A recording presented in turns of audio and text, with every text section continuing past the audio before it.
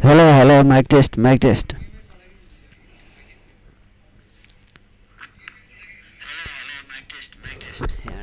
Hello, hello, mic test, mic test. Mic test, 1, 2, 3, 1, 2, 3.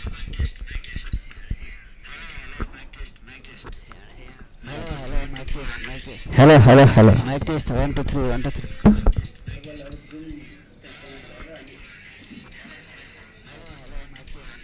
Hello, hello, hello. Mic test, 1, 2, 3, 1, 2, 3.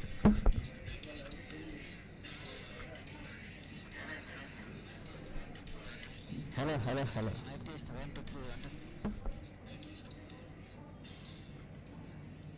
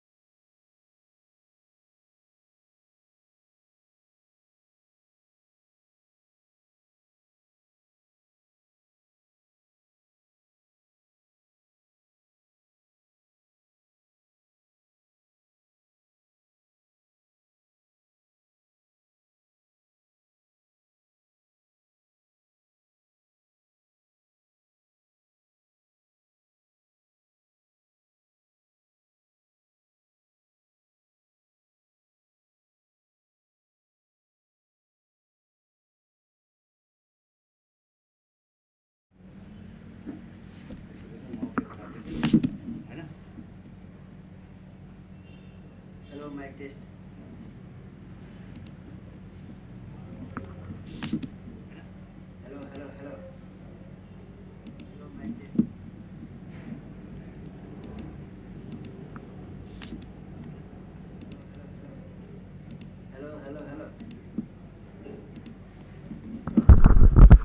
hello, hello.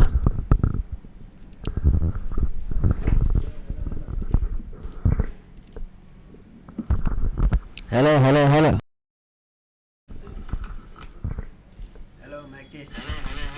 Hello, hello, hello.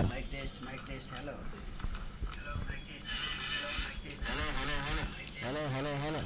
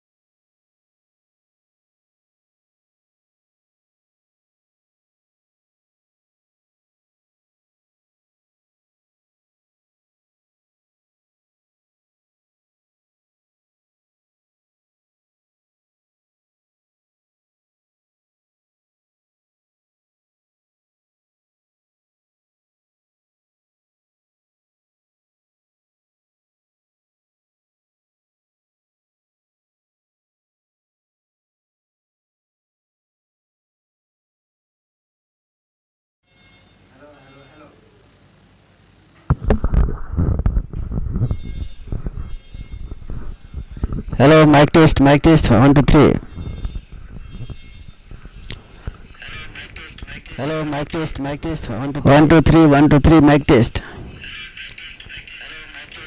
Hello, mic test, 1, 2, 3, 1, 2, 3, mic test. 1, 2, 1, 2.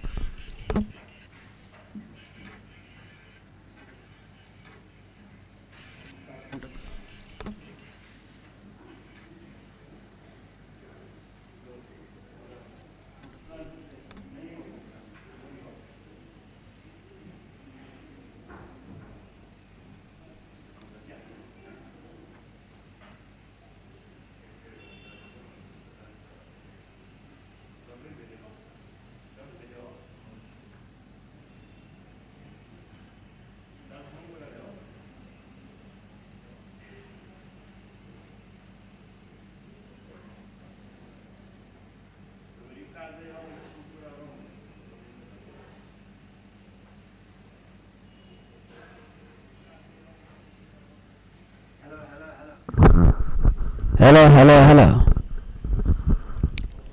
Hello, mic test. Hello, hello, hello. Hello, mic test. Hello, hello, hello. Hello, mic test. Hello, hello, hello. Hello, mic test.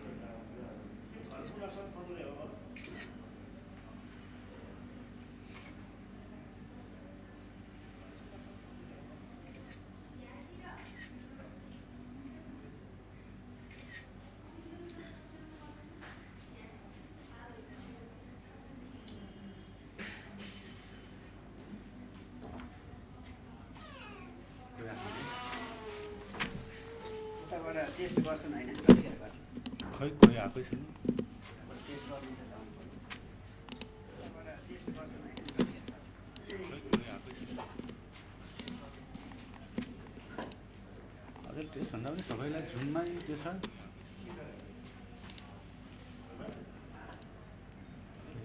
सबैलाई जुनमै के छ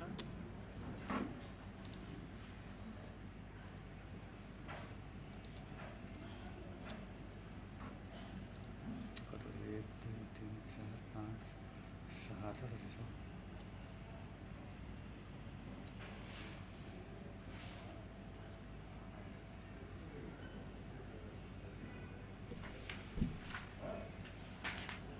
कति बेर पाइन्छ अब सौदेखिमा छ test अब सुरु हो कोही आएको आयो तारा आएको छ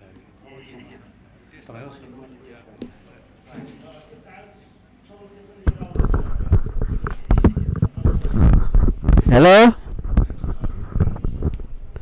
हेलो हेलो तपाईँको हेलो माइक अन गर्नु माइक म्युट छ होइन यहाँ हेलो हेलो त्यो यो माइक अन गर्नु पऱ्यो नि त तपाईँको hello mic hello hello hello होइन यहाँ हेलो हेलो यसको साउन्ड पुरै बन्द गरिदिनु न यसको स्पिकर हेलो हेलो हेलो यसको साउन्ड पुरै बन्द गरिदिनु न hello hello hello hello hello ठिक छ होइन यो ल्यापटपले नि बोल्यो क्या त्यो बोल्नु भएन नि ठिक छ होइन यो ल्यापटपले नि बोल्यो क्या त्यो यहीँको यहीँ साउन्ड बोल्नु भएन नि त उताको मात्रै साउन्ड अफ गरिदिनु पऱ्यो यो उसको चाहिँ यहाँ स्पिकरको साउन्ड उताबाट बोलेको साउन्ड अफ गरिदिनु पऱ्यो ए उताबाट बोले त यो गर्नै भएन ठिक छ ए उताबाट बोले त यो ठिक छ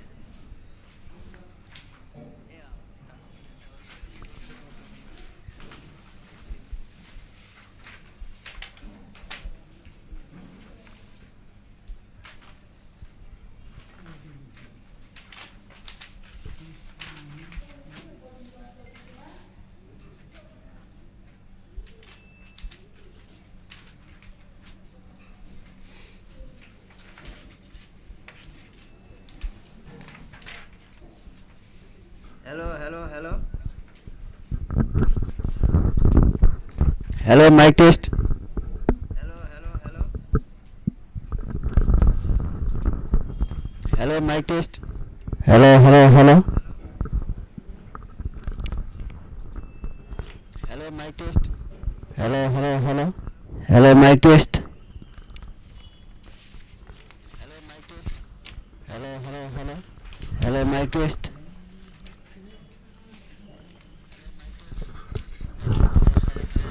Hello, mic test 1 2 3 1 2 3. Hello, mic test 1 2 3 1 2 3. Hello, mic test 1 2 3. Hello, mic test 1 2 3.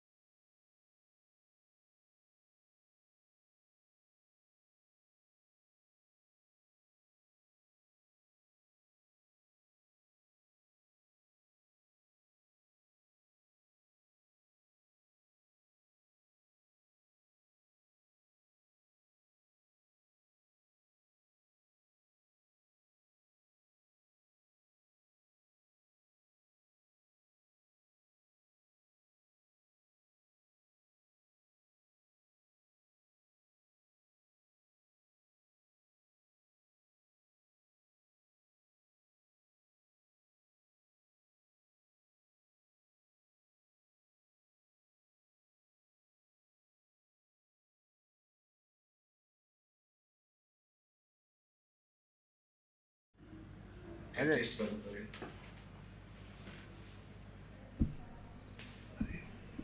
Slide पनि हेरौँ है टेस्ट गरिहालौँ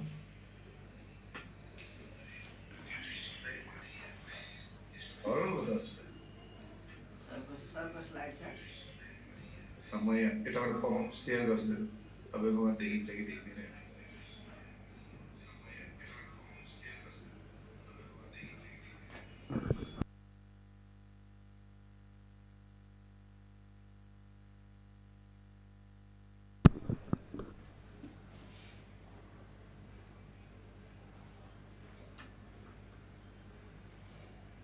हजुर सेयर राजन सर उता जापानै जानु राजु सर उतै हुनुहुन्छ एक्चुअली स्क्रिन हेर्नु त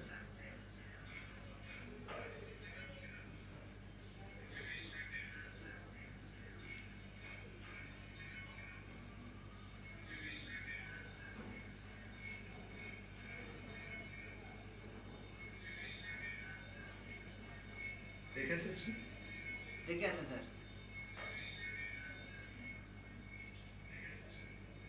डिजिटल नोट चाहिँ देखिएन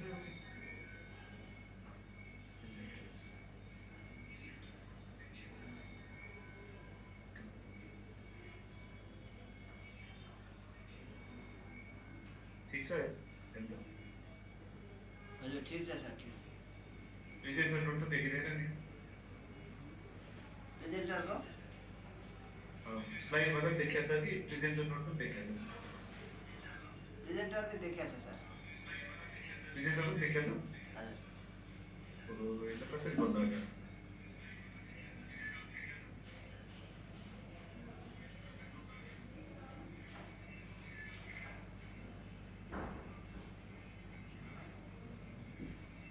कसरी गर्ने लाग्छ हजुर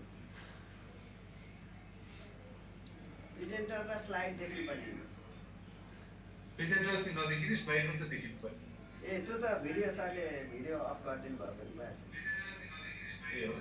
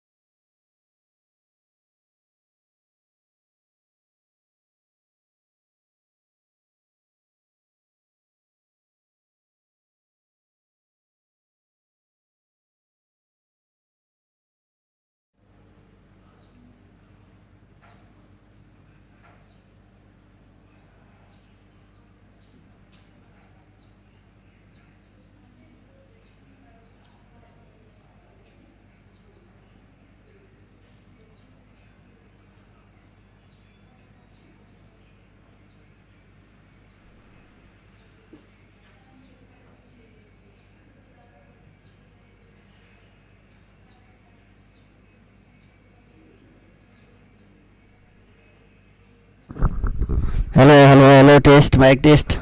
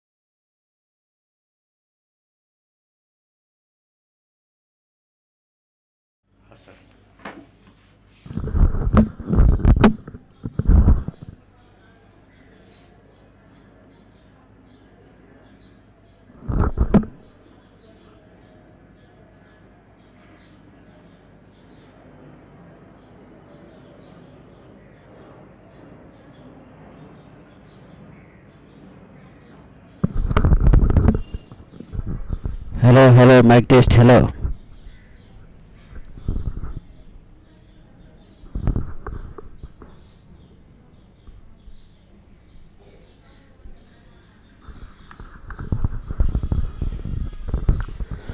Hello.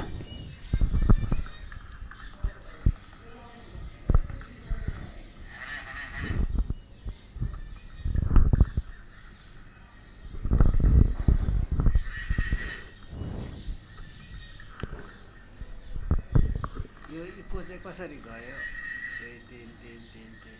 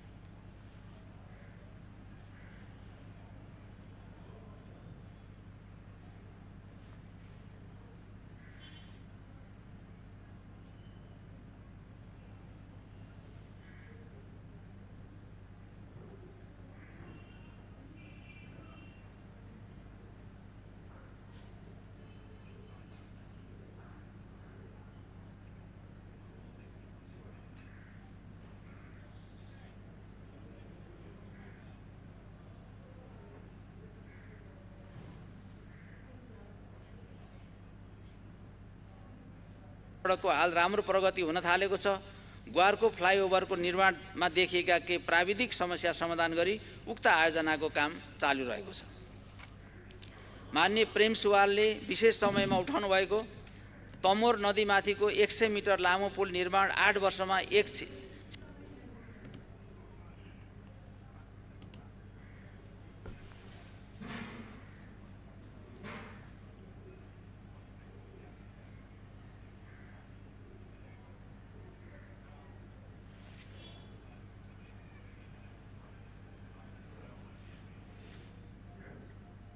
यो कामको लागि चाहिँ 3-4 घन्टा अगाडिदेखि नै गर्नुपर्छ चाहिँ के नमिल्नलाई के नमिल्ला जस्तै हाम्रो युपिएस कति गयो युपिएस मिलाउनु पायो हैन hello hello mic test hello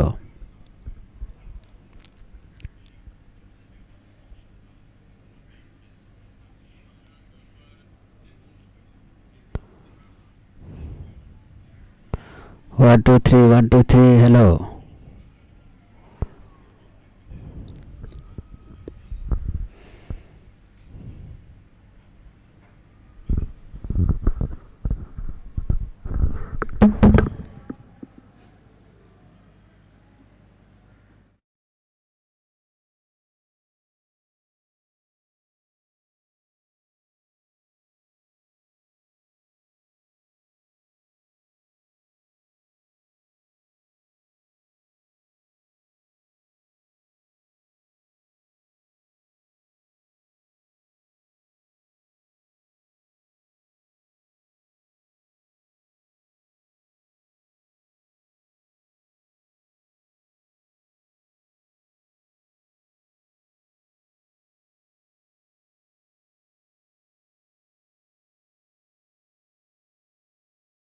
छोड्ने संकेत दिएका थिए।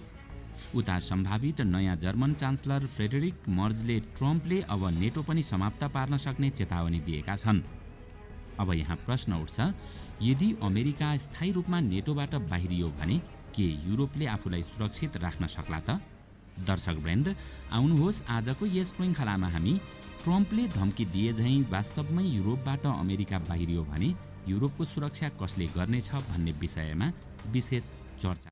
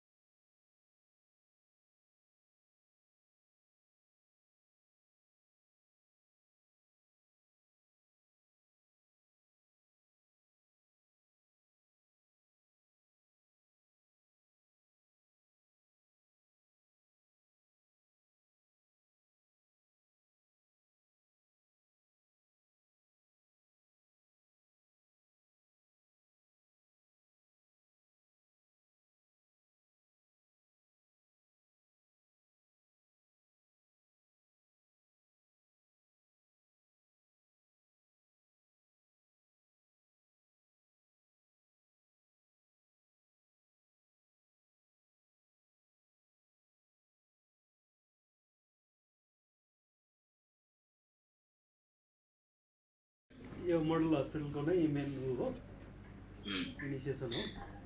त्यहाँ प्रशान्त दाइले पनि एकदमै उ गरिरहनु भएको थियो, उहाँ पनि हुनुहुन्छ त्यहाँ मेन्युमा। थाहा छ मलाई, उसले मेसेज गरिरहेको थियो।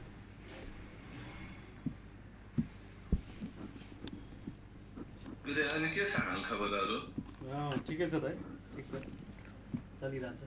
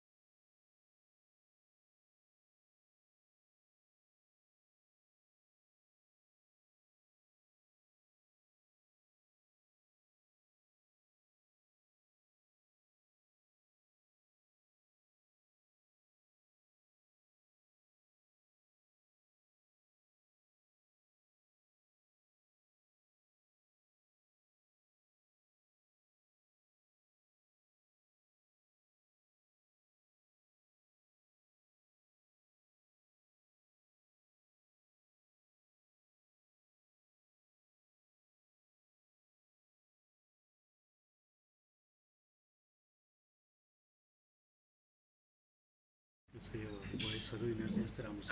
एउटा बक्समा 2 पिस हुन्छ हैन त्यो? 2 पिस हुन्छ हैन? सेभ गरिदिनु कति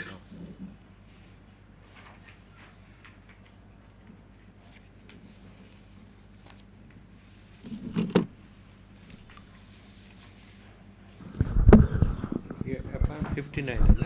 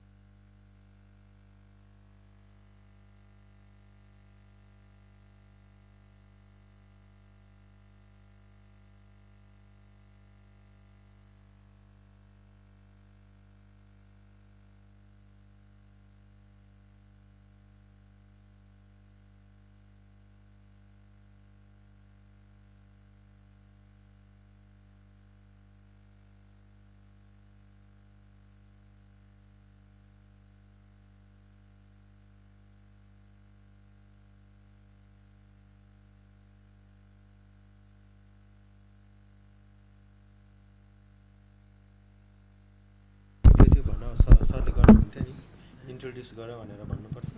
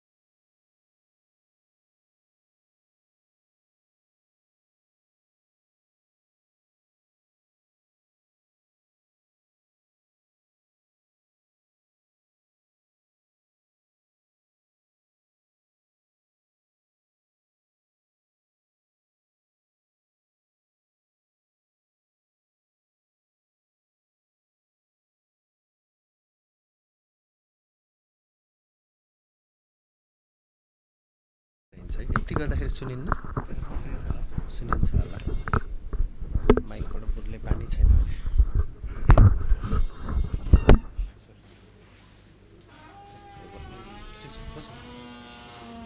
आज अब तिमी नै हिँड्ने म चाहिँ यहाँ बोल्नु ल।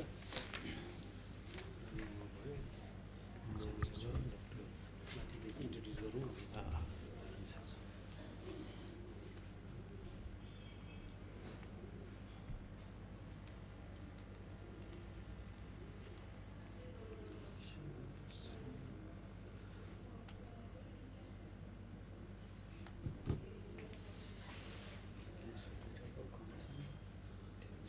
फर्स्टवाला आइसक्यो होइन? फर्स्टवाला कुबा हो। कुबा भनेको यो एउटा चिन्छु होइन? त्यसपछि यो अनुसार आइसक्यो। अनुसार अरुणाले चाहिँ दुवैजनाले कम्बाइन्डली गर्ने हो। त्यसपछि सञ्जय पौडेल आइसक्यो।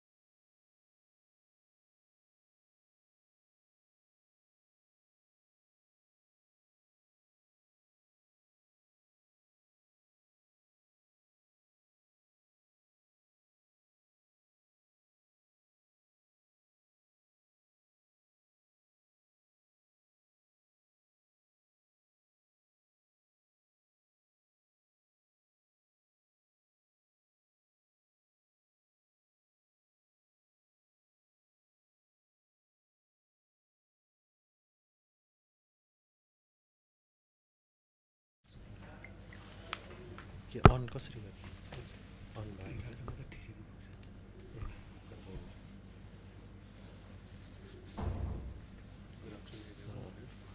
Hello, good afternoon everyone. Am I audible? Yeah. So good afternoon everyone. Warm welcome to everyone in this rural healthcare session of APAN59. I am some of you may have meet me before. I am Dr. Sudeep Ratnasakya. I am the surgical oncologist here in Kathmandu Model Hospital, and today I'll be moderating this session in this APAN59.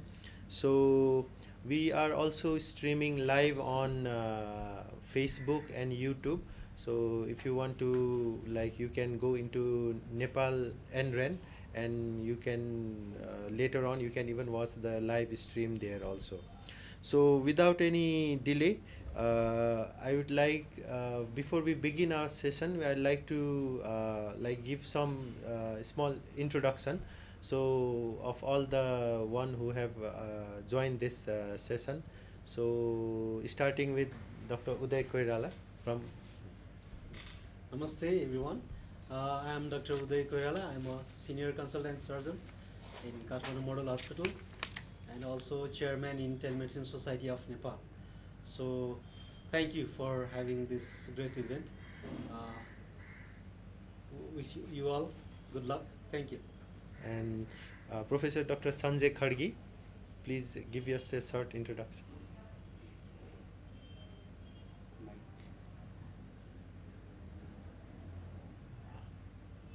Hello, good afternoon to everyone.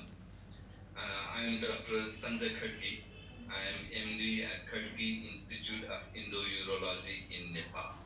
Well, I have been working in endourology for last 20 years. Thank you, Dr. Khadgi. We are looking forward to hear from you. And Dr. Yakub, nice to see you also. Please give us a short introduction. Thank you for having me. Good morning, good afternoon, everyone. I am Jakub Gajewski. I am from the Royal College of Surgeons in Ireland, in Dublin, where I live. But most of my work is in Malawi. I'm a social scientist, not a surgeon, not a doctor, academic doctor, but I'm a researcher, full-time researcher, so I'll be presenting some parts of the research that we conduct in sub-Saharan Africa. Okay, thank you. Looking forward to that also. Professor Moriyama, nice to see you also. So, sir, please. Hi, nice to see you. This is Dr. Tomas Moriyama. I'm a medical doctor working for Keshe University Hospital for long. And also I'm the chairman of a medical working group in APAN. So congratulations on holding the rural healthcare session today. So I'm sorry that due to another appointment, I just joined the first 5 minutes. But I hope you enjoy the presentation and discussion. Thank you. Thank you. Thank you for attending. Mr. Sanjay Paudel.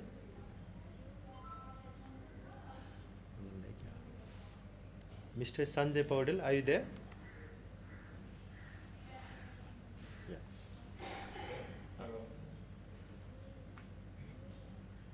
Can you hear me? Yes, you can. Go ahead.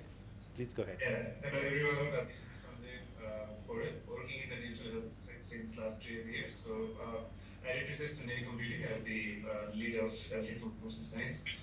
I'm so glad to be here. It's my third time that I'm presenting over the Japan, and the topic that I'll be covering today will be around the TPI and health infrastructure, mostly the Nepal space. So glad to be here and looking forward to learn more. Thank you.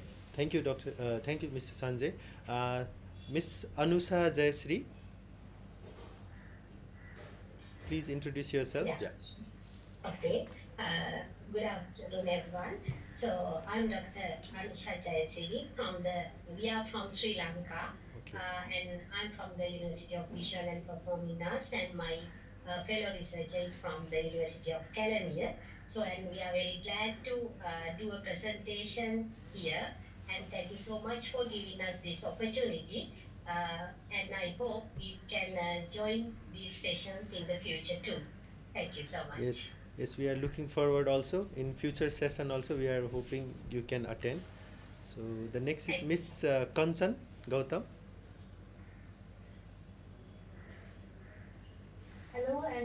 afternoon to everyone. I'm Kanchan Gautam. I am a registered nurse and now I'm a psychologist at. Am I not audible? Yeah, you can continue. So I'm currently working at Dr. Iwamura Hospital, and I'm really delighted to be here and attending this session, and I'm looking forward for my presentation and learning from everyone. Thank you, Kanchan. From QC University. Sorry, I'm sorry, Matsuda from Temdex. Nobody there. Sorry. Okay, sure, no problem. Dr. Rosni Amatya. Can you give us a short introduction? Yeah. Hello everyone. I'm Dr. Roshni Amatya. I'm from Nepal, but now I'm in Yokohama attending APAN59. Oh, so by profession I'm obstetrician and gynecologist, but now I'm working in the area of public health in gender-based violence. Thank you. Thank you very much. And Aruna Samarasinghe. Hello. Hello, yes. Am I audible you? Yes, of course. Hello, I'm from Sri Lanka and I'm a student of the computer science honors degree in newspaper area, and my supervisor is Professor Jayasif. And thank you. Okay, thank you.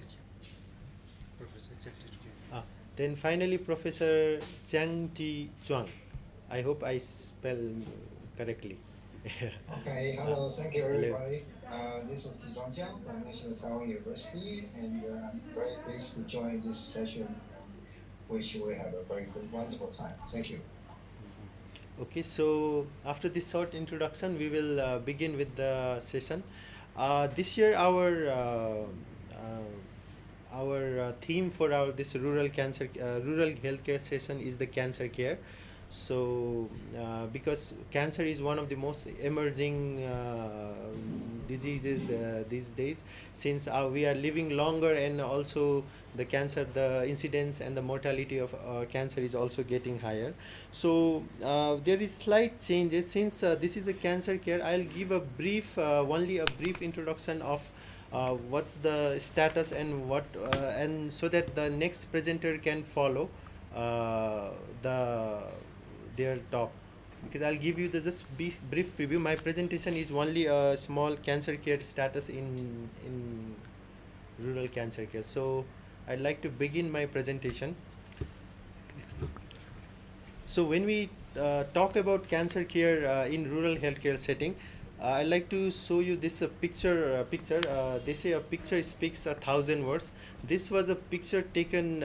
This was the news published 2 days back in one of our newspaper. So they said, like, this is still the status of how the healthcare services are in remote areas. So there's a transportation issues. People are still carried to the hospital like this. So this is the scenario in the most of the remote places in Nepal. So if you look at the cancer statistics in Nepal, there are almost about 22,000. This is the Globocon 2022 record. There are about 22,000 new cases, around 14,000 deaths, and prevalent is around 4,000. And if you look at the cancer burden in Nepal, the incidence, breast and the cervical cancer are among the top in the female, and also in the mortality also. In male, it's lung cancer and the stomach cancer. However, the census that provided here is usually most of the cases are missed or are lacking. We do have a cancer-based registry system which is gradually improving. So hopefully in future more cancer cases will be informed and registered. So talking about rural cancer care, it's basically it's a cancer care where the geography is very challenging and it's very difficult to provide services in the rural cancer care. Why it matters? Because data have shown that rural residents face higher cancer mortality rates due to delayed diagnosis and treatment. So what are the challenges in rural cancer care? So basically it's the main is the geographic location, isolation and the travel. It takes a long distance to travel to the specialized center. There's a limited transportation. There's a limited access to the specialized cancer center and lack of oncologists and the specialized healthcare provider. Also, there is a financial constraint because of high poverty rate, high cost of travel and treatment and medications. And also there is a lack of adequate health insurance, making it difficult to afford cancer treatment and follow-up. And also there is some social stigmata. There is a lower health literacy stigmata around the cancer and lack of cancer awareness about the prevention. And also the rural cancer survival may face challenges in accessing long-term care, support services and rehabilitation process. All these leads to late diagnosis, poorer outcome and increased burden in the remote setting. So we do have strategies to improve cancer care, and hopefully like in today's session we will be hearing more about this, what are the different strategies to improve the cancer care in rural area, notably the telemedicine, which is getting very popular over the past few years, telemedicine and tele-oncology, where we can do a remotely consultation and follow-up. Here at Kathmandu Model Hospital, we are actively like doing this telemedicine and also our follow-up doing this telemedicine. And we can also bring the screening and diagnostic services to the rural communities. We organize health camps where we talk about and do screening of the cancer also. And we are also training local workers to provide education and support. And also we need to have a partnership with the remote the centers in the remote places with the center in the capital. And also we need to have a good financial support.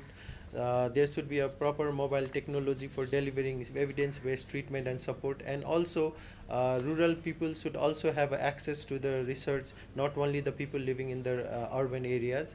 And also we should train and retain the healthcare profession at the rural areas. So there are various innovation like hub and spoke model center, patient navigation program, telepathology and remote diagnostic. And also we also need the help from the government and also the grant and funding from the different organization and also advocacy efforts.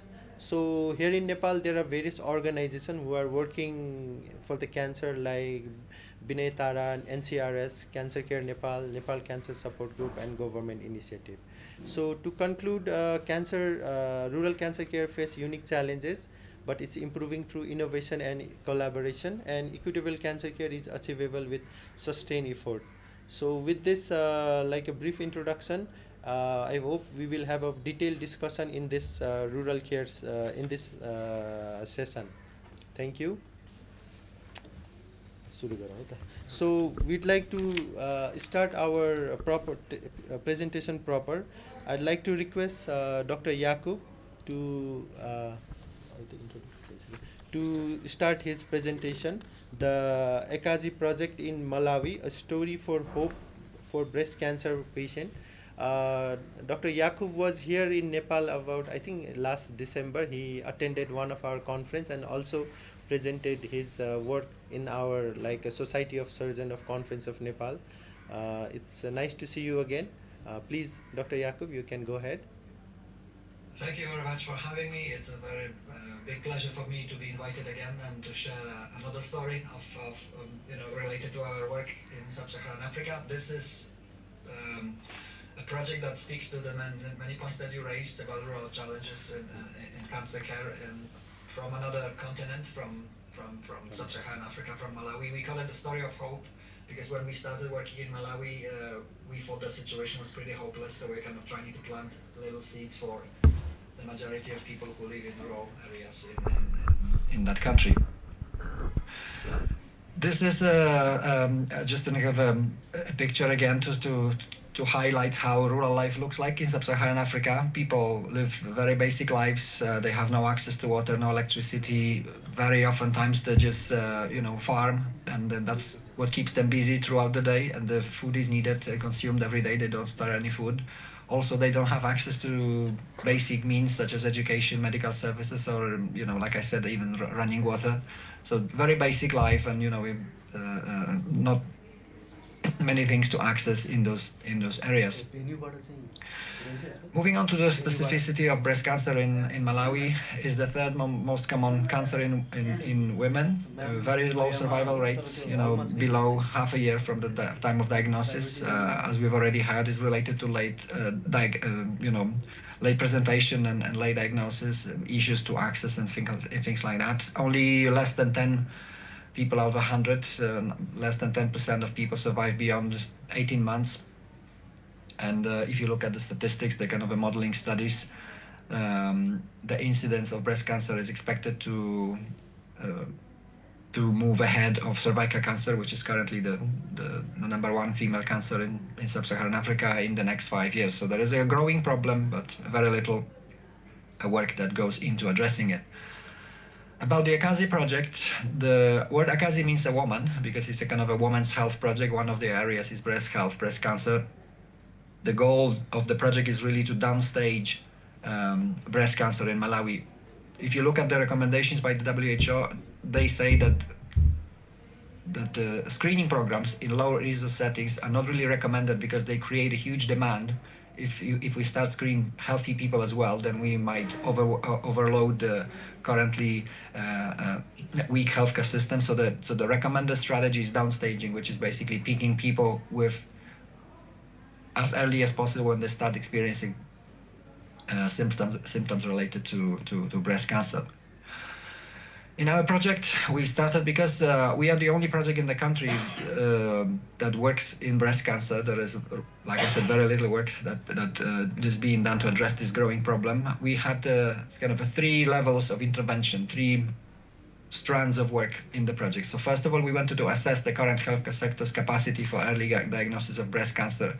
And we wanted to identify barriers, opportunities to establish a national program, because early on in the project, when we started to consult the government, the Ministry of Health, we found out that there is no specific document that relates to breast cancer health. There is no national breast cancer control plan or any similar document. And also in the country's cancer care plan, breast cancer was not really highlighted enough. It was just a short paragraph. Secondly, we also looked at kind of strengthening the services. So we wanted to develop a training in clinical breast examination, because this is the only kind of a feasible means on detecting any breast abnormalities. Currently in Malawi, they don't have mammography, they don't have any other services. So CBE is the current practice, but there was very little done. So we wanted to improve that, but also, and very important, we wanted to reach out to people who are in those villages, to raise awareness and inform them about breast cancer, because oftentimes they did not even know that breast cancer could be something, they associated issues with the breast with witchcraft, with some sort of a higher force punishing women for not being good, or, committing sins or things like that. So there was a lot of myths in the community, and that's why people did not want to show up, because first of all, they did not know there was something medically treatable. So there was a lot of work that we wanted to put into that. So we wanted to assess, we wanted to strengthen the system, and also improve awareness in the communities. So the first, I'll show you the highlight of our first objective, that we did a national kind of a study to look at all different areas of what services are currently available in Malawi, and I want to highlight 3 things. There was no specific plan for breast cancer when we started the project, in the country. Secondly, there was no pre or in-service training specific to breast cancer available in the country, which was a shocking discovery, because we looked at the medical curriculum at the College of Medicine, and doctors, as they underwent the medical training, they did not have a course on breast cancer. So that is a gap that we identified as well. And thirdly, which was something that was also very, eye-opening. They had 2 breast clinics that were run by general surgeons, but one was open on Tuesday for 2 hours, and the other one was open on Wednesday in a hospital 400 kilometers away from the other one for 3 hours on a Wednesday. So there was only 5 hours of time that people get in touch with a doctor or with a professional who knows about breast cancer for a week. So the population of Malawi is 21 million. So you can imagine, the situation. So we started to develop the training in the first place. Then you can see a picture. We looked at with local general surgeons who kind of had a hands-on experience in handling breast cancer.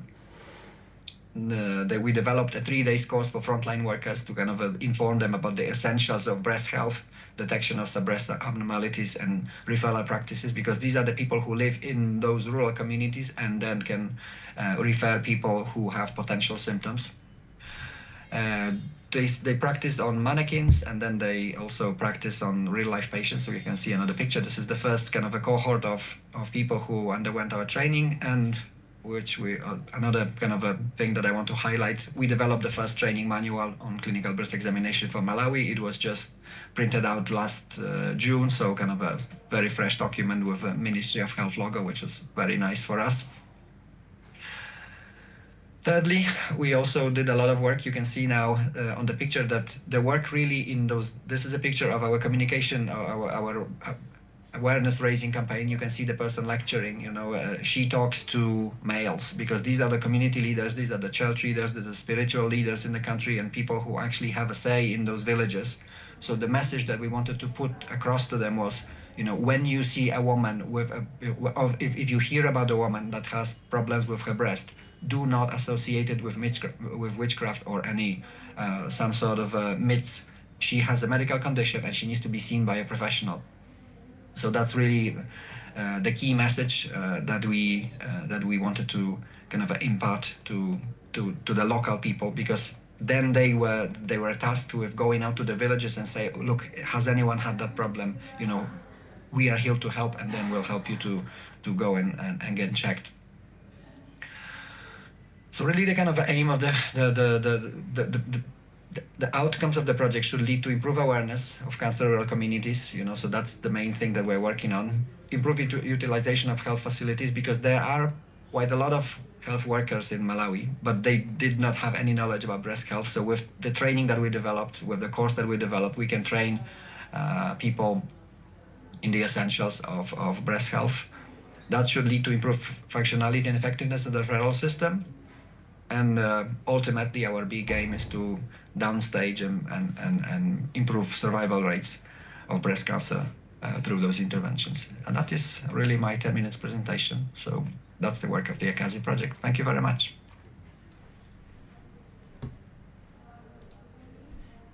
Thank you, Dr. Jakub. So, is there any question or query for Dr. Jakub from the audience?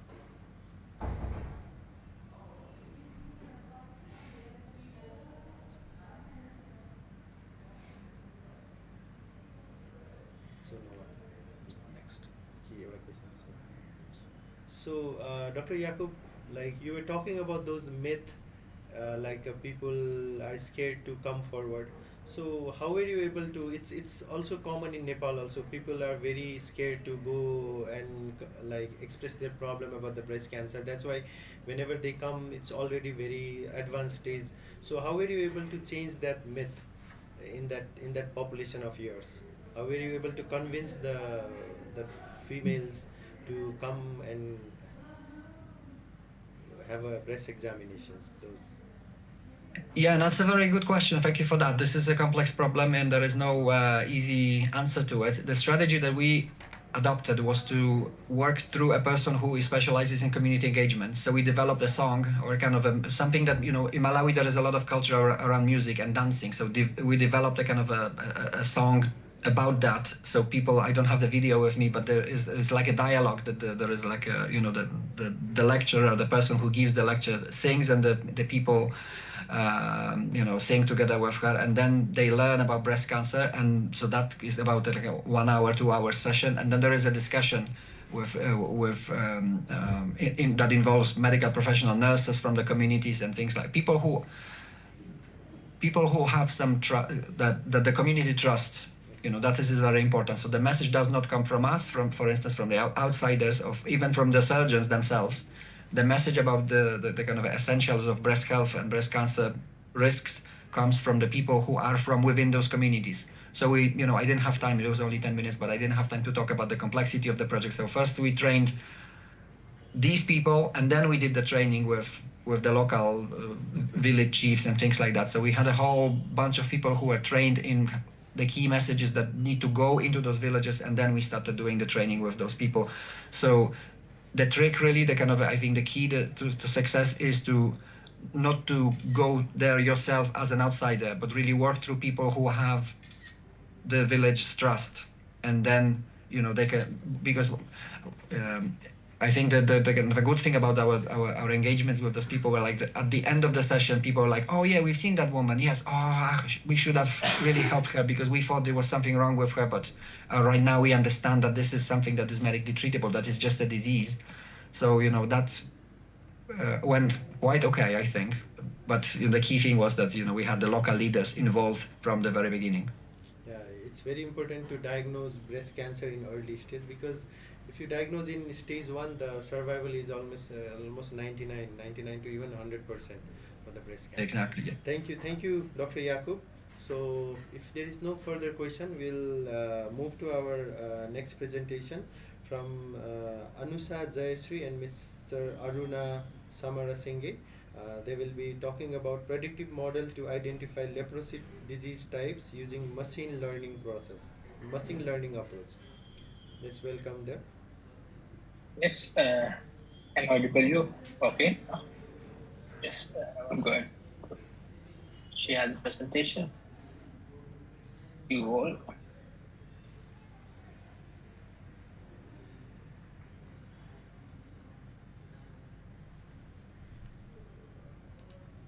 Slide case here.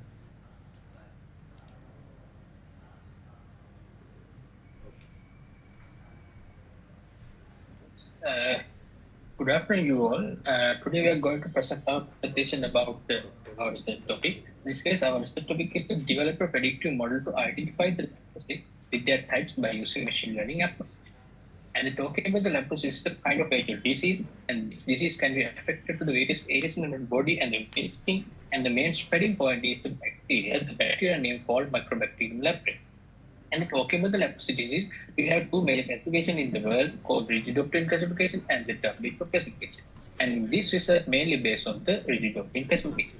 And talking about the Rigidopteran classification, we have 5 categories. In this case, we have tubercular leprosy, borderline tubercular leprosy, borderline leprosy, borderline lepromatous leprosy, and finally we have lepromatous leprosy.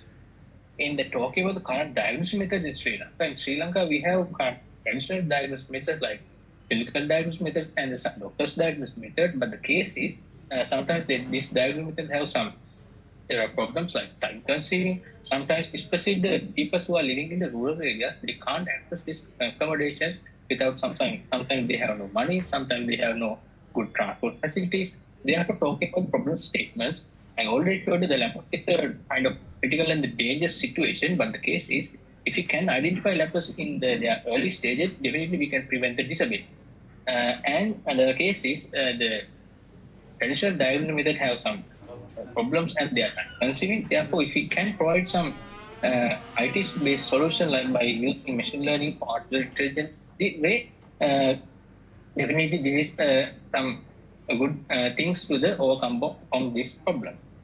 And talking about the objective of this research, the study the most common leprosy type in Sri Lanka based on Rigidopteran classification and collect and develop a best data set to the train models and develop and train the model by using the convolutional neural network architecture basically, and evaluate the model by using the machine learning and the best evaluation criteria, and finally develop a web application to user-friendly, secure and efficiency web application to use the affected people to get their prediction. And talking about the significance of this research, we can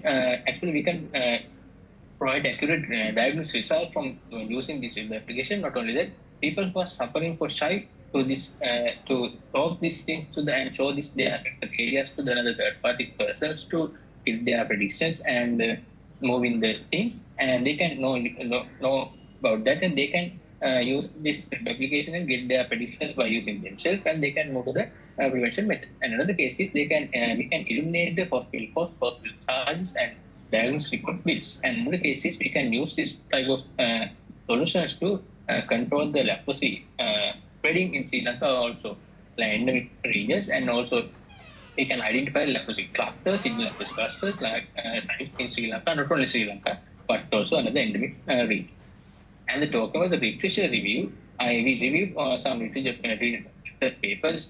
In this case, most of the leprosy studies goes on the WHO classification, and most of the things are using the convolutional neural network architecture with the publicly available data set.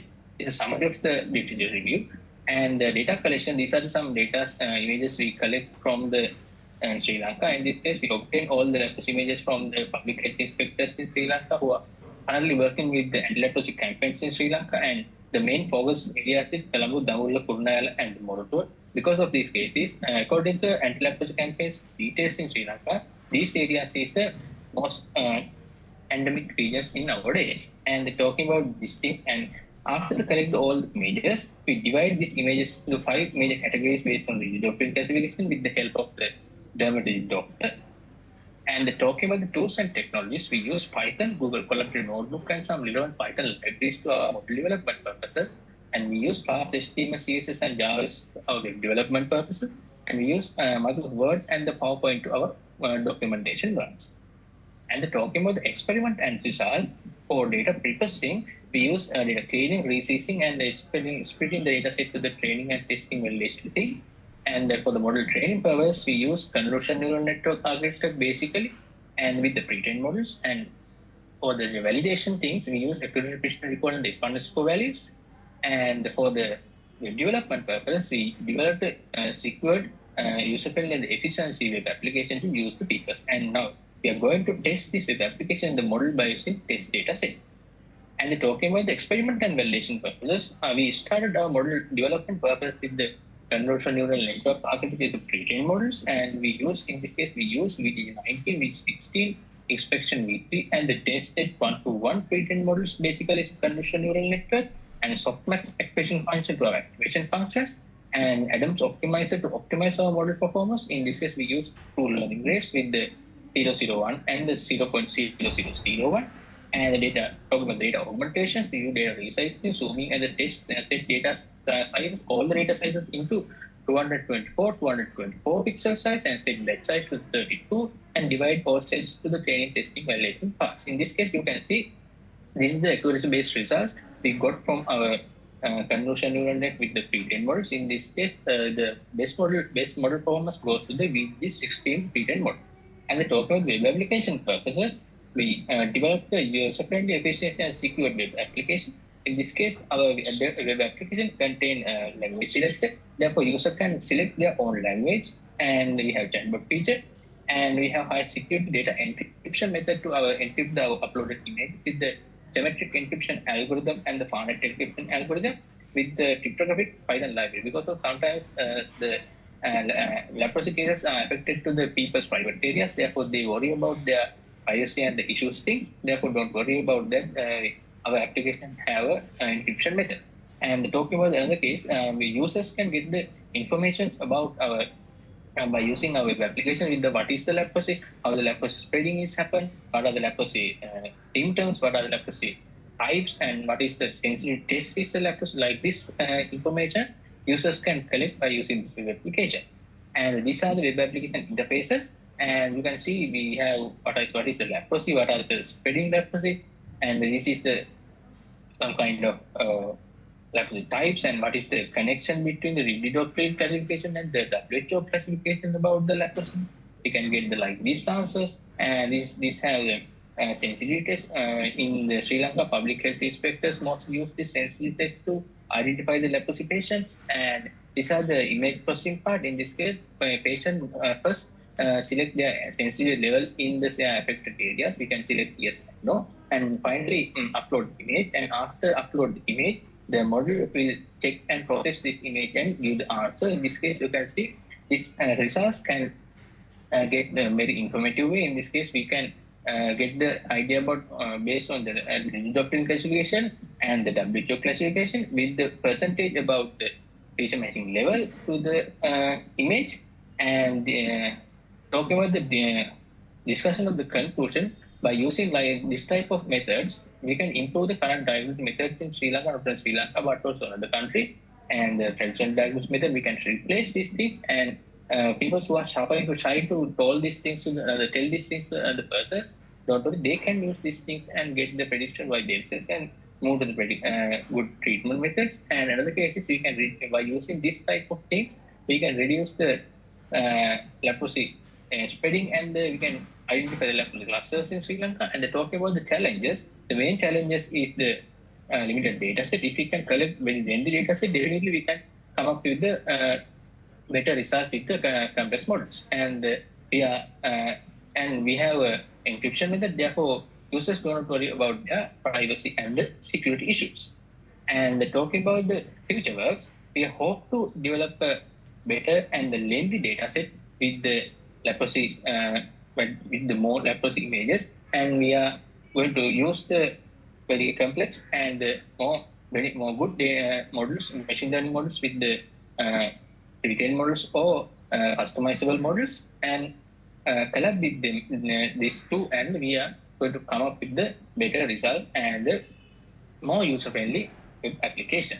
And this is the end of my presentation. Thank you all hearing my presentation attentively. Thank you. Thank you, Dr. Aruna. So, if you have any query, like question for the presenter. Hi, I did have a question. Thank you for your talk. I was wondering what the sensitivity of this model is when, the mode of photography changes, because I know for similar models that detect skin cancer, they're highly inaccurate if the lighting, if the angle of the camera, and all of those things don't necessarily line up with how the input data images look. And that can actually really reduce accuracy. And I was wondering if you considered that in your model. Yes. Can you again ask it? You are not able to hear Mr. Dr. Sonakshi was asking about the sensitivity of your like the application, because yes, because of the camera angle and also the No, it is not the issue, because we are going to get the image and cut the image affected areas, and we train with these things, and we are remove the background effects and the things. Therefore, the model will get the images with the removing the background things and the background effects areas. Therefore, I think it's not the issue, and this is the thing. Thank you. Okay, thank you, Dr. Aruna. So I would like to welcome Dr. Sonakshi Sharma from University of Nevada. Dr. Sonakshi, welcome to this session. So we are going ahead with the third presentation. I'd like to request Dr. Sanjay Khadgi to start his presentation on experience sharing of mini PCNL in Nepal. Dr. Sanjay Khadgi.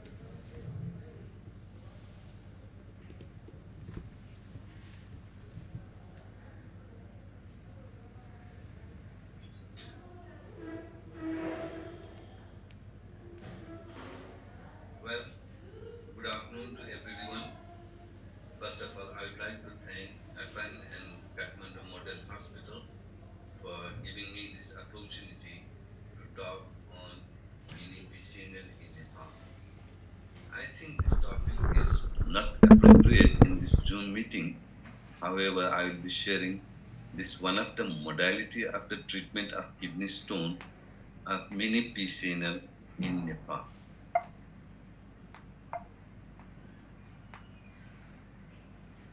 Well, mini PCNL is the modification of conventional PCNL with the use of miniaturized scope and the smaller track less than 20 frames, which was first performed by Helal in 1997 and developed by Jackman in 1998.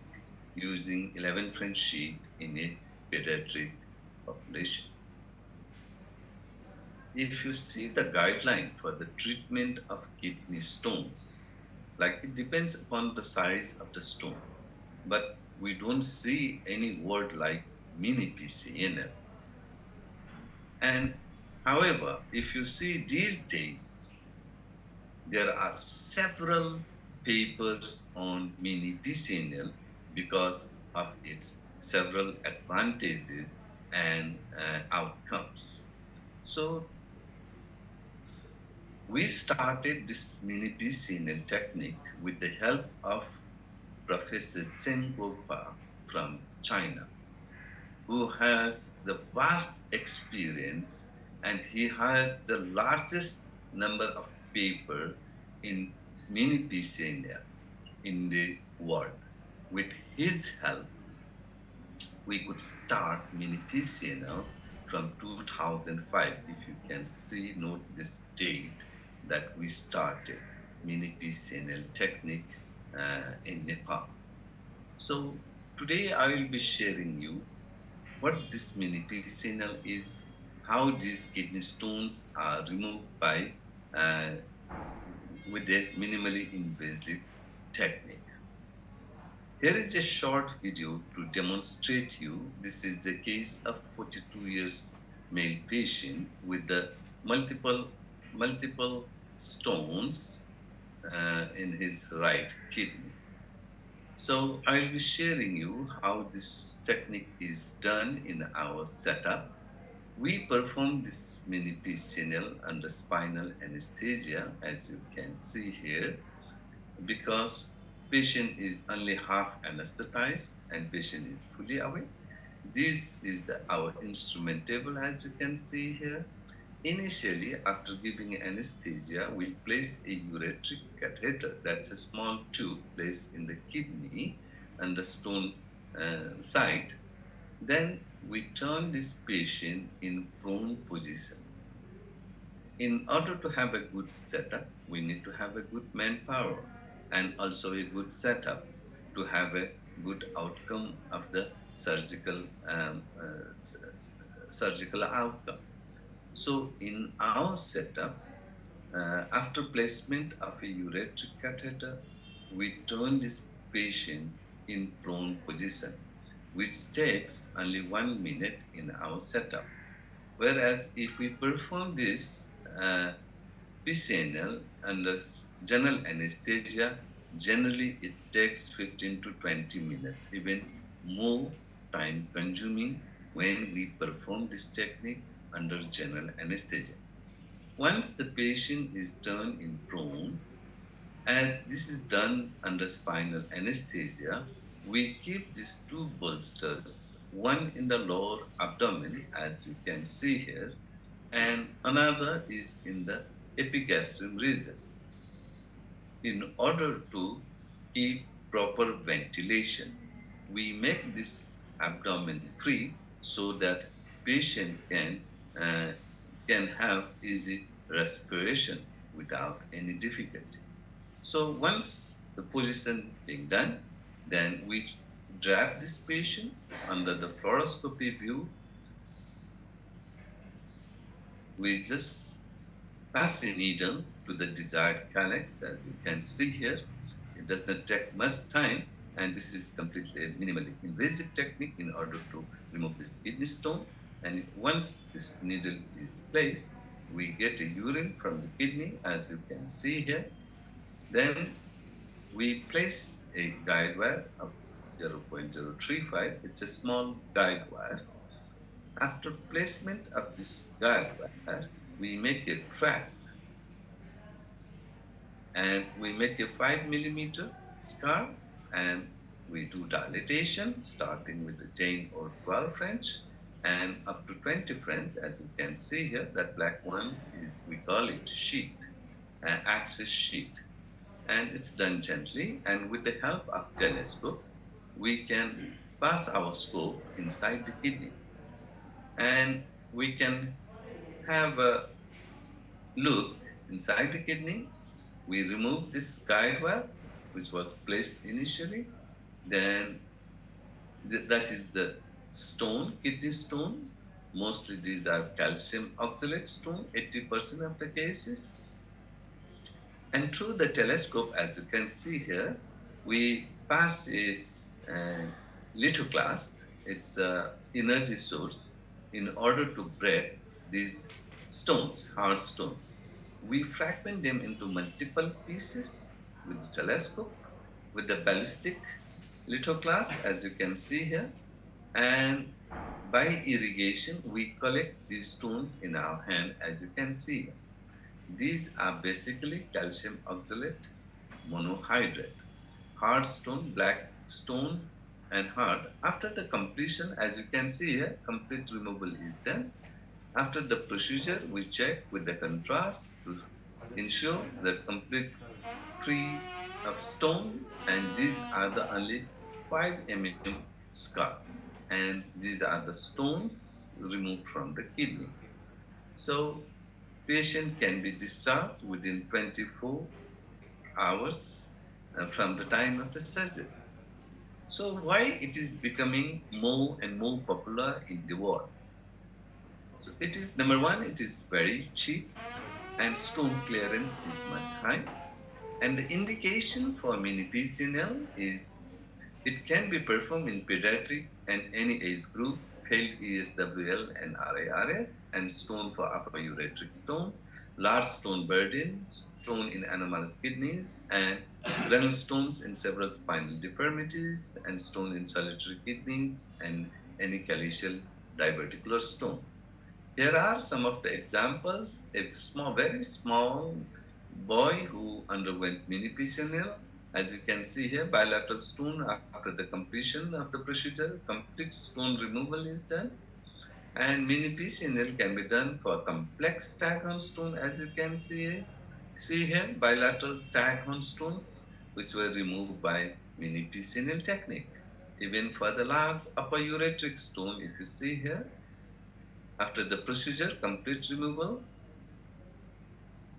was done, and also this mini PCNL, this is the 10,000 cases reported by our professor in Journal of Endourology in 2013. Complex renal stones can be performed by mini PCNL. As you can see here, two stages, first on the right and second on the left side with the complete removal of the stone. So mini PCNL can be performed in spinal deformities, as you can see here, who had kidney stones removed by mini PCNL technique. This is our own paper in the anomalous kidney. This was the first paper in Journal of Urolithiasis, showing that stone-free rate is 90% in mini PCNL technique. This is the horseshoe kidney stones with the 4 tracts, and patient would be discharged in next day. Even patient with the spinal deformities like this, very challenging, can be performed mini PCNL technique. These are stones removed from one single kidney. And this is one of the largest stone we remove by the 6 tracts, and this is the post-operative pictures. These are the tubes through which all stones were removed by mini PCNL technique.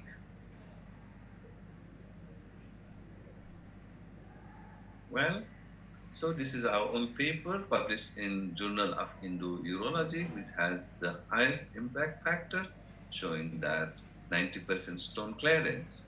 And our complication rate is 8.1%, out of which 7% fall in clavindilla 1 and 2. That means the major complication is only 1% in our hand. These are some of the international publications from our study in the Journal of Endourology and European Journal and Journal of Urolithiasis.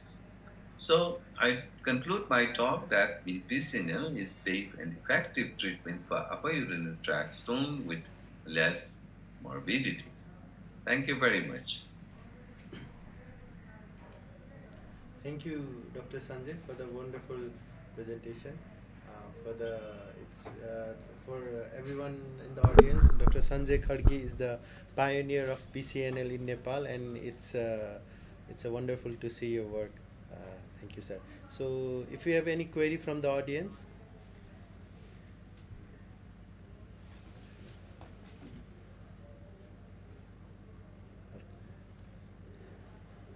So if none, we will move ahead. Thank you, Dr. Sanjay Khadi. We'll move ahead with the next presentation from Mr. Sanjay Paudel. He will be presenting on DPI over digital health in Nepal.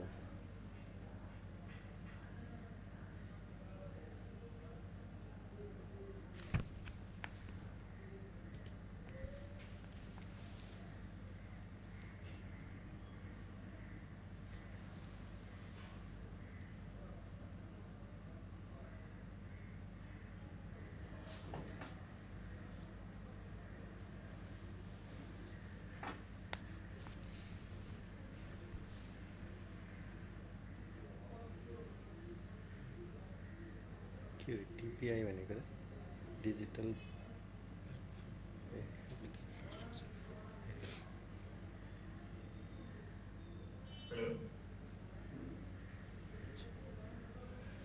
Yes, we can hear you, Mr. Sanjay. You can go ahead. Hello, everyone. Thank you again. It's me, Sanjay Paudel, Digital Health and Public Infrastructure Practitioner. So glad to be here. Today, though the topic is around the cancer, but I think it's crucial to share the recent updates that what we're doing with Ministry of Health and the practice that we have been doing around the digital health public infrastructure. Basically, when we think about the data, there must be the robust public infrastructure, digital, which is related to digital health infrastructure.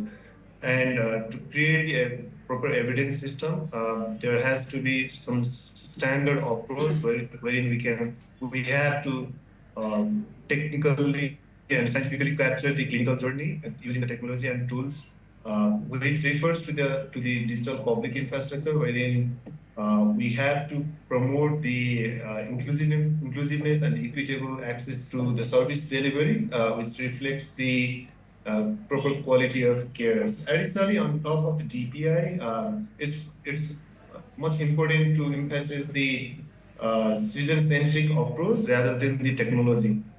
There are few of the components that is to be taken care of to identify the patient and to identify the citizen, which covers the national ID as the primary infrastructure, wherein all of the patient has to get the health ID as the functional ID, so that the continuity of the care becomes easy whenever there is the referral or identify the patient within any of the healthcare settings.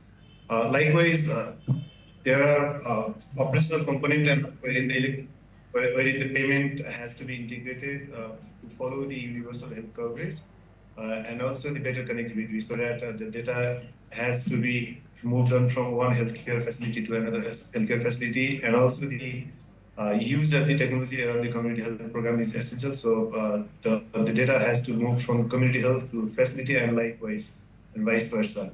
So these are the parameters of the digital public infrastructure.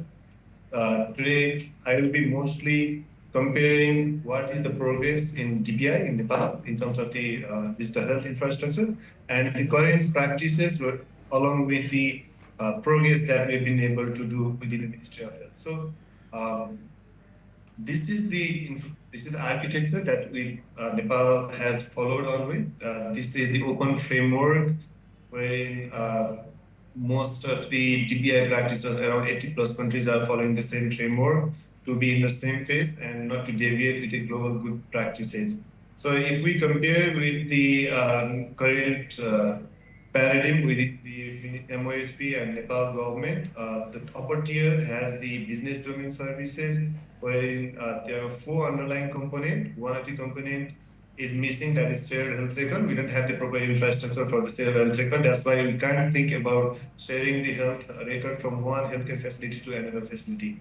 So these are the building blocks. So first block is LMS, Logistic Management Information System, where all of the healthcare facilities in Nepal, they are using the centrally deployed Logistic Management Information System. And also to aggregate the information, DSIS is being used to all of the tier of the healthcare facilities.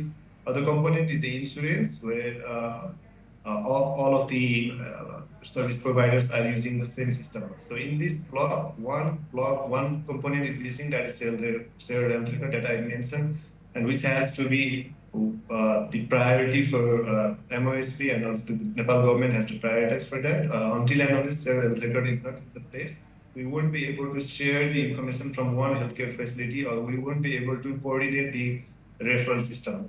So underlying component behind the business domain is the component layer. These are other blocks which we mention as the registries, national registries. So starting with the terminology services. So right now, for all the disease classification, ICD is being used, whereas the other component like National Health Data Dictionary, observational data that comes up from the pathological lab, and also the community health program, all of the variables that we use in the community health program is not being standardized. So until and unless these all parameters doesn't get in standard in place, we won't be able to share the information. We won't be able to communicate with multiple providers. So in order to speak with the same language with the care providers, the terminology services has to be in place. Likewise, client registry as the health ID is another component, along with the facility registry, health worker registry, and product catalog. So these are the underlying components where only 4 components are ready to be in use, but product catalog is not there in terms of the standardization. So this is another missing point that we have to be in mindful when designing the electronic health record or national health information exchange platform. The third layer is the interoperability layer. This is still under discussion. So unless we have a clear roadmap how we are going to share the information within the healthcare facility, or unless there is no policy within the national health data sharing policy, we won't be able to deploy this component. So this is still under discussion. Recently, Ministry of Health has endorsed the EMR guidelines, and hopefully it will come up as the next deliverable. The last component is the point of services, where we provide the care, where we collect the data, and we try to engage with the upper tier that is mentioned. So there are a few challenges. As I mentioned, national ID and client registry is not in the place. National ID is there, but is not being used for all of these reasons are not enrolled yet. So we can't think about the health ID for now. But eventually that has to be mapped on with the health ID as the functional ID. So national ID refers to the civic identification, whereas health ID refers to the to the functional ID, where clinical data is to be mapped. So shared health record is the another component, and terminology standards are the challenges. Here I'm mostly focused with the national ID or health ID because that's the foremost requirement when we think to share the information within the providers or within the healthcare institutions. So these are the usability, and these are the crucial infrastructure that has to be placed forefront, but not only the application. Only the application will not solve the problem. So these are the very basic groundwork that is totally dependent with the further digital health innovation. So I'm concluding my presentation. So if there are any questions, just feel free to ask. I'm here. Just note my email or phone number. Thank you. So any query to Mr. Sanjay Paudel?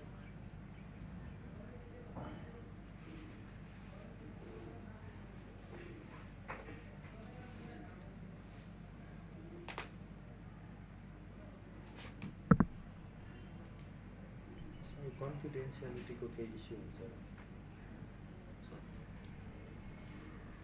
Mr. Sanjay, so is there any issue about like patient confidentiality in this record when you are like transferring record from one institution to another? till now, digitally, we haven't been able to do that. So for that, we are also waiting for the national digital data sharing policy. So Okay. Yeah, I think there is no such policy as such. yeah, we are waiting for that. Until and unless the policy is not there, the national data sharing policy is not there, we won't be able to gather the requirement or fulfill the ask of data safety and privacy. So for now, we have the manual process, we have the policy is there, but that only gathers the manual data, not for the digital data. Okay. Any other query for? So thank you, Mr. Sanjay Paudel. So we'll move ahead with the next presentation. It's from Dr. Anaya Singh Chauhan and Dr. Sonakshi Sharma. They were not able to introduce earlier. So Dr. Ananya Chauhan is the first year medical student at the University of Nevada, Reno School of Medicine with the background in cancer clinical research, and Dr. Sonakshi likewise is a medical student at the Penn State College of Medicine, who is currently completing a research fellowship in at National Institute of Health. They will be presenting on strategies to improve cancer screening in the rural setting.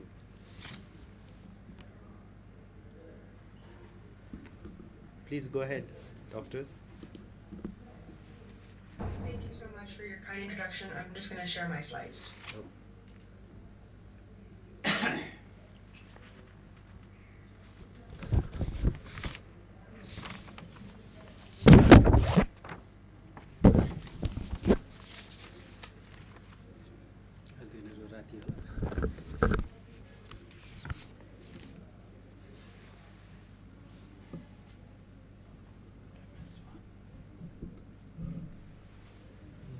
MS1, MS4 भन्दो रहेछ कुन year भनेर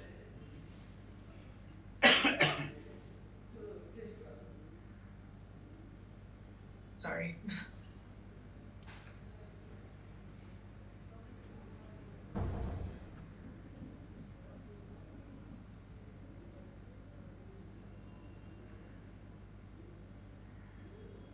Okay, alrighty. So as everyone already introduced us, my name is Ananya Chauhan. I'm a first-year medical student at the University of Nevada, and we will be talking about strategies to improve cancer screenings in rural settings. And I would like to thank my colleague Sonakshi Sharma from the Penn State College of Medicine for assisting me with these slides. So just a general outline of what we'll be talking about today. I'll start with a little background, move into current screening strategies in rural Asia, some challenges in implementing these screening ideas, and innovations and strategies to help each challenge, following with some concluding thoughts. So 90% of global rural populations live in Asia and Africa, with over half of these living in just India and China alone. And individuals in rural communities of Asian countries with cancer have higher incidence rates and consistently higher mortality rates than those in urban areas. Both these graphs on the bottom kind of represent what I've just said. On the left-hand side is the global health burden of lung cancer, and on the right-hand side is the global health burden of colorectal cancer. And what we can see is both are highly densely populated in Asia. And this goes to show that it's not specifically a genetic predisposition that is leading to these the high health burdens of cancer in these areas, but lack of access to proper health care, preventative care, and screening innovation. Asia accounts for roughly half of global cancer incidence as of 2020. And as of WHO's Global Cancer Observatory of 2022, the 5-year prevalent cases were over 23 million, the number of new cases were almost 10 million, and the top 3 leading cancers by incidence were lung, breast, colorectal. I think it's also important to note here that the top 3 leading cancers by mortality in males was lung, liver, and stomach, and in females was lung, breast, and cervix. It's important to note that breast, cervix, and oral cancer are all preventable diseases. I think on the graph on the right here depicts the gap between urban and rural screening strategies very clearly. The orange line on top is cervical cancer screening rates in urban areas, while the green line on the bottom is cervical cancer screening rates in rural areas. And we see this large gap between the two, again emphasizing the lack of access and healthcare infrastructure in rural areas. The WHO in the late 1990s created guidelines on how to make a national cancer control program, which many countries have adopted. India, Sri Lanka, Afghanistan, Bhutan, and Maldives are some of these countries. India has actually had an NCCP since 1975 with the goal to reduce cancer morbidity and mortality and increase accessibility to cancer screening, prevention, and treatment in rural and remote communities. Since then, they've made some headway. They were able to establish a cancer registry, develop cancer care centers and oncology medical programs to better train healthcare professionals. They've been able to implement tobacco control policies at the national level, improve access to screening and treatment services via rural clinics, and overall improve screening rates. These other countries also have similar positive outcomes. While Nepal doesn't have an NCCP specifically, they have a very similar program, the Multi-Sectoral Action Plan for Prevention and Control of Non-Communicable Diseases. The goal of this program is to prevent and control non-communicable diseases and reduce suffering and premature mortality while improving the quality of life of the people of Nepal. Their goals overall with this program is to expand the cancer registry, train healthcare workers to improve screening infrastructure, expand screening programs into rural and remote areas, use mobile health clinics to reach remote populations, and overall raise awareness through public health campaigns and improve the education on cancer screenings in all their populations. China also has multiple programs, one of which is the National Cervical and Breast Cancer Screening Program, which is part of their larger initiative for Healthy China 2030. The goal of this program specifically is to offer free cervical and breast cancer screening for rural women. And so far, the results have shown significantly increased screening coverage, and the current trajectory plans for reaching 90% coverage by the year 2030. The graph on the right here kind of depicts not specifically this program, but in general, their rural cancer screening facilities throughout their country. The red dots represent rural screening areas, facilities, and the green dots urban facilities. And what we see is there's a good half and half between both types of facilities in both areas. We do see also all these dots highly concentrated where there are more people. There are still some gaps to fill, but we're all moving in the right direction. So what are some challenges in implementing all these screening procedures that the government and national ministries of health have set forward? One are cultural. The participation in multiple unhealthy lifestyle behaviors such as using tobacco and smoking, women feeling uncomfortable with certain testing, especially with the lack of these facilities, there's also the lack of female providers in these rural areas, and many women feel uncomfortable going to male providers for more sensitive testing. Often for women, breast cancer and cervical cancer are the two types of screening that we do, so that is for sure a large barrier. Another is socioeconomic barriers, lower literacy in rural and remote areas, societal and cultural gender roles and associated stigmas, and then cultural health norms. This can include the practice of herbal medicine or Ayurveda in India, and both these practices may not emphasize the importance of cancer screening, and it always people who practice these kinds of healthcare usually feel nervous or uncertain following Western practices of cancer screening. There's also technological difficulties. This includes difficulty to preserve and transport samples from rural and remote areas, as well as a lack of infrastructure to have screening facilities. An example of this is having a mammography suite. To be able to run a mammography suite, you need to have constant electricity and power. You have to be able to have the capacity to store multiple images, and then also a radiologist on hand to analyze those images. And sometimes having consistent electricity is not always possible in more of the rural areas. These are a few pictures that Ms. Sonakshi saw when she visited Nepal herself. On the left is a clinic with very little pharmacy capabilities. On the right-hand side is a picture of an exam room within that clinic, and the center is a lab that was run by had one analyst specifically, whose job was to collect and analyze by hand each of the screening samples that were collected, which is a very high workload burden on one individual and can be prone to error. The last challenge that we wanted to point out were more healthcare-based challenges. There's unfortunately a lack of trained healthcare professionals in these rural and remote areas, lack of general practitioners to educate patients of cancer screening guidelines. For the general practitioners that are there, there's very limited consultation time in family practice, and there's also just a lack of healthcare coordination for follow-up. So what are some innovations and strategies? Many community-based programs aim to improve knowledge and attitudes towards screening.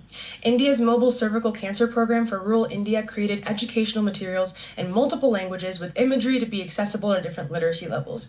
And what we saw was that education prior to screening helped improve screening levels by making individuals feel more comfortable before entering the process.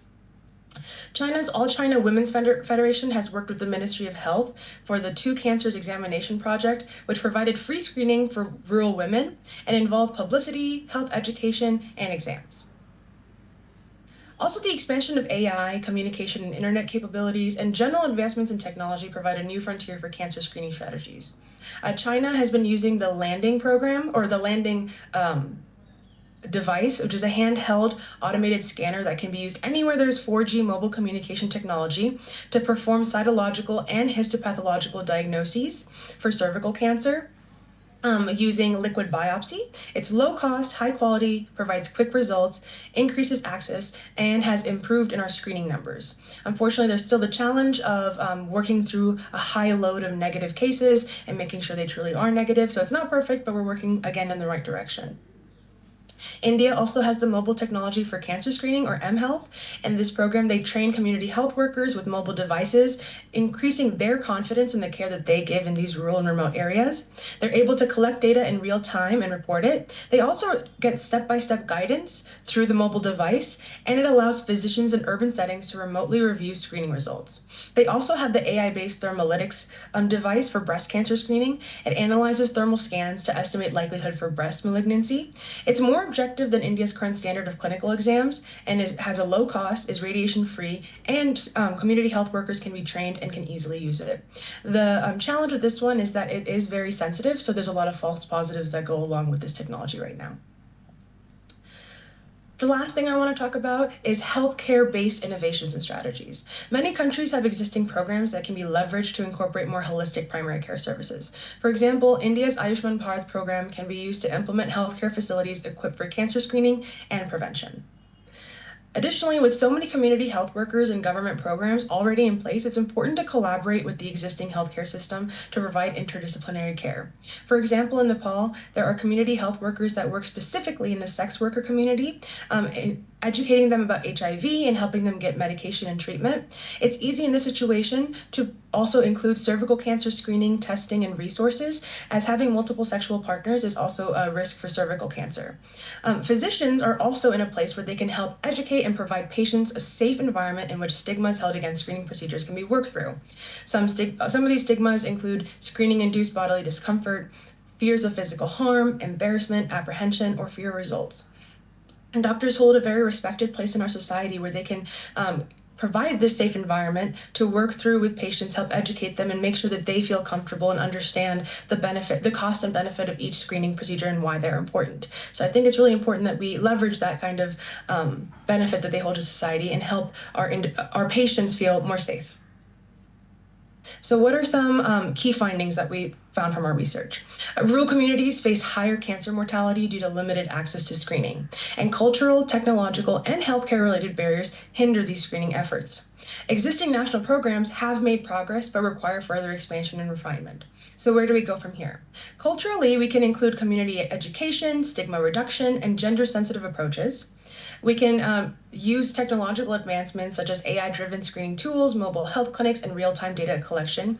And we can train community health workers and integrate into existing programs to help improve cancer screening rates. Overall, our goals should be to strengthen interdisciplinary collaboration, expand scalable and cost-effective screening methods, and advocate for policies that enhance rural healthcare infrastructure. I think it's important to remember through all of this that early detection does save lives. So by addressing these barriers and leveraging the innovation, we can bridge the gap in rural cancer screening and hopefully reduce the cancer burden in Asian rural communities. Some acknowledgements, and thank you all for your time. Thank you, Dr. Ananya Singh, for your wonderful presentation. So, for the audience, if any query for your presentation?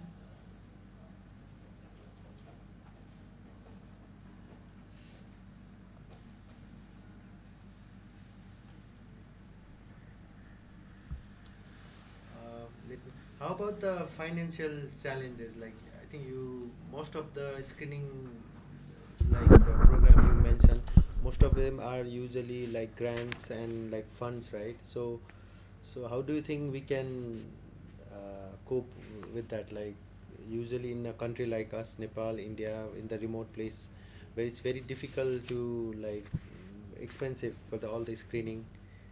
In future, what's your thought on that? So I did talk. I didn't get to talk enough about socioeconomic barriers. Yes, I brought it yes. up in the cultural barriers section. I know a lot of these programs, especially the free programs in China and India, are fully government funded, and I know government funding is not. It's huge, right? Like it's not like never ending. Unfortunately, there's allocations, and I think for now, just because in these rural and remote areas, they are usually lower socioeconomic status, so they do have difficulty with transportation or getting to these places, using grants is probably the main way to go about it, and government funding. To at least help get it started, and then also working through insurance. I know I didn't include it in this specific um, what's it called, PowerPoint, but when I was researching, I did notice in countries like Indonesia and Singapore, their health insurance, both national and private insurances, are able to cut those costs down a little bit for the patient. So for certain age groups or people who are on maybe government insurance, a lot of these tests are covered by that insurance, whereas for areas that have more private sector insurance, they get discounts through certain programs depending on age or health, like current morbidity and stuff like that. Thank you, thank you. So any further questions? So we'll be moving to our last presentation for this session. Ms. Kanchan Gautam will be talking about psychological aspect of cancer patient in rural healthcare.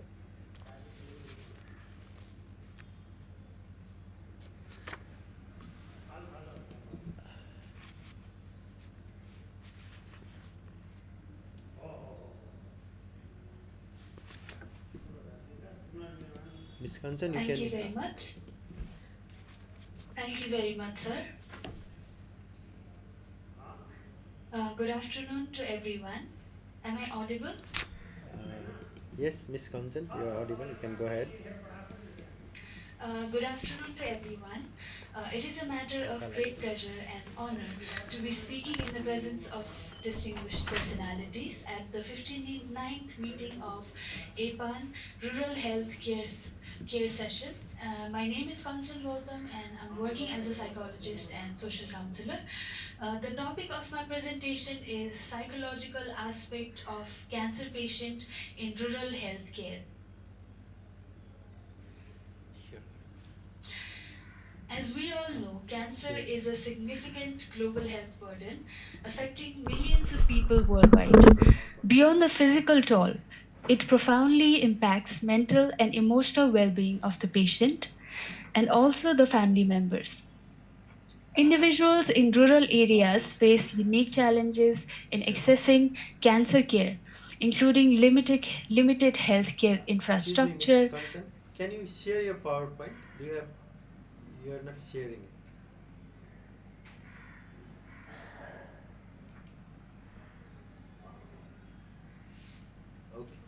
Okay.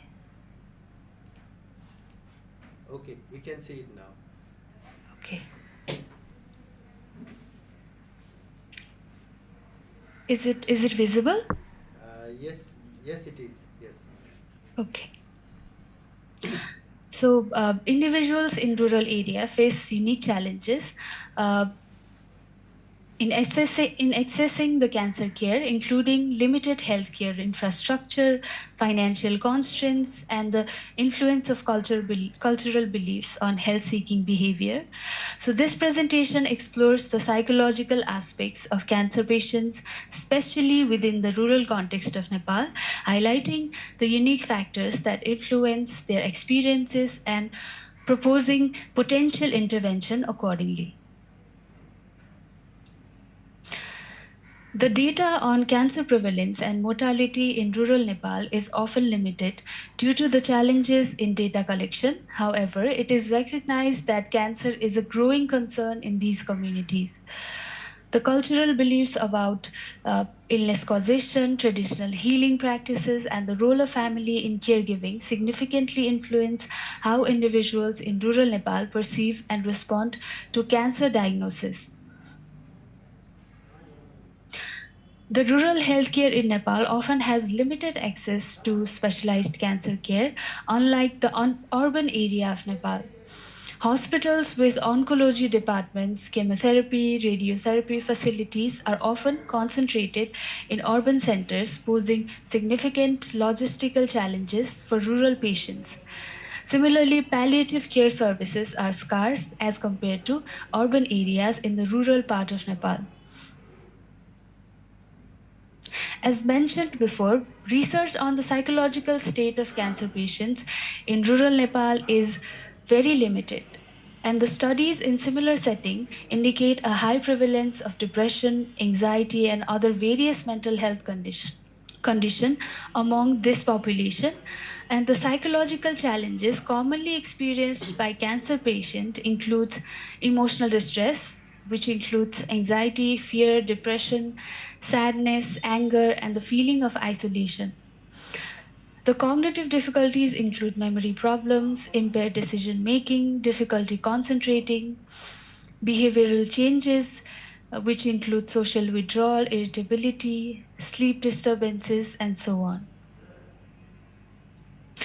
Some of the factors that exacerbates or amplifies the factors of mental health issues in cancer patient in rural setting of Nepal includes the scarce access to mental health professionals specializing in oncology care, which is very common, and the geographic isolation of that place, limited community resources, and a lack of cancer support groups. Similarly, the social stigma associated with cancer can lead to isolation and hinders access to care, and also hinders the health-seeking behavior of the patient. Lastly, the high treatment cost, travel expenses, and loss of income due to illness poses the financial difficulties, and it also causes the mental health issues.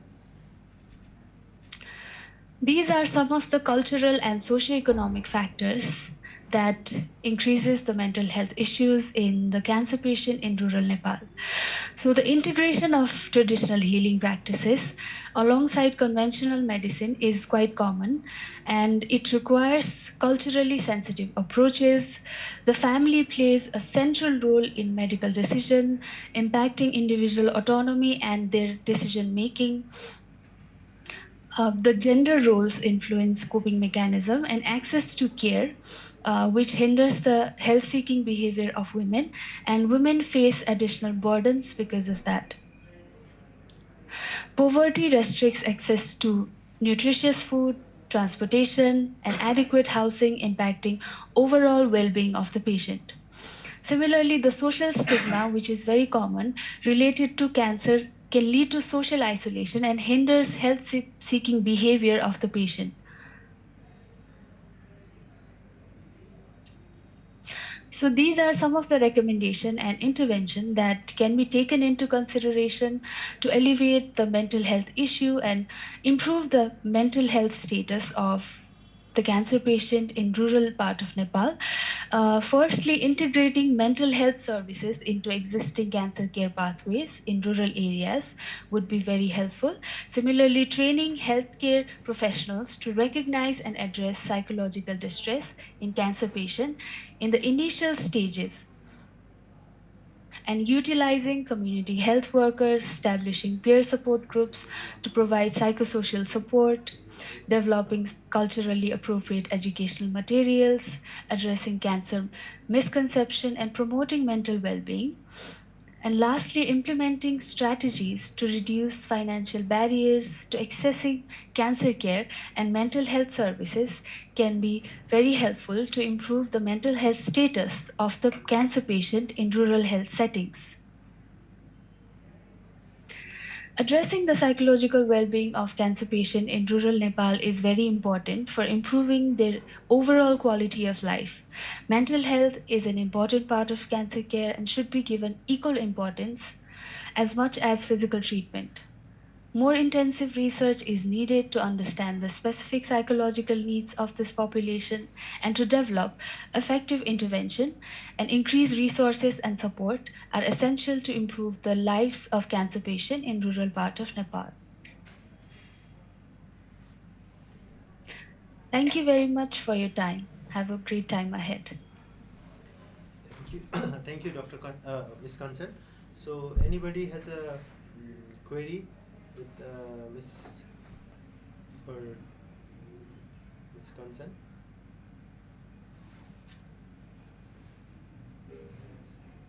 So, let me ask you this. So, like you mentioned in your presentation, like in country like maybe in Nepal, it's very common. It's the if some member of the family is diagnosed as a cancer, the treatment is usually family oriented, like you mentioned.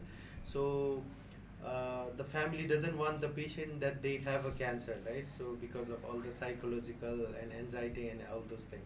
So you being a psychologist, what are your thoughts? Like, should a patient be informed about their cancer diagnosis? Because we see lots of like family members, they like patient is under completed the treatment already, but the patient doesn't know that he or she has a cancer. So as a psychologist, what's your view on this?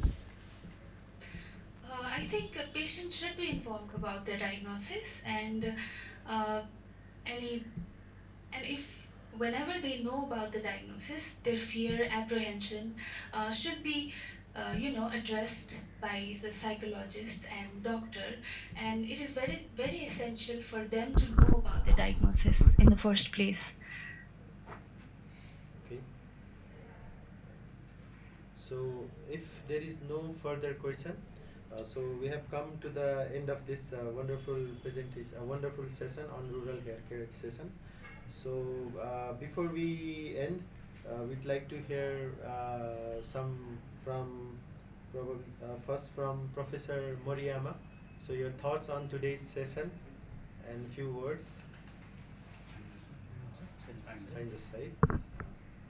So I think he left already.